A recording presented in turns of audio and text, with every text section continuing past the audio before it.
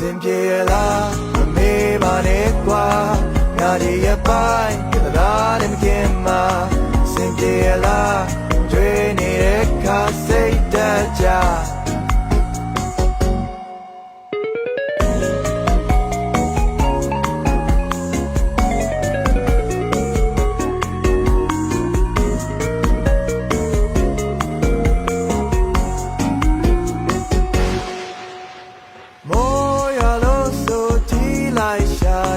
အိမ်ကခန်းထဲမှာ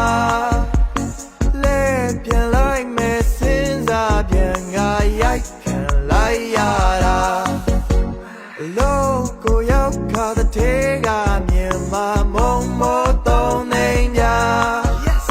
ချွေချေတော့ရုံရှိလို့ပြောမှာတခိုးနဲ့တိုးလေတာစင်ပြေလားမမေးပါနဲ့ကွာငါဒီရဲ့ပိုင်းလည်းမခင်မှာစင်ပြေလားတွေ့နေတဲ့ခါစိတ်တကြ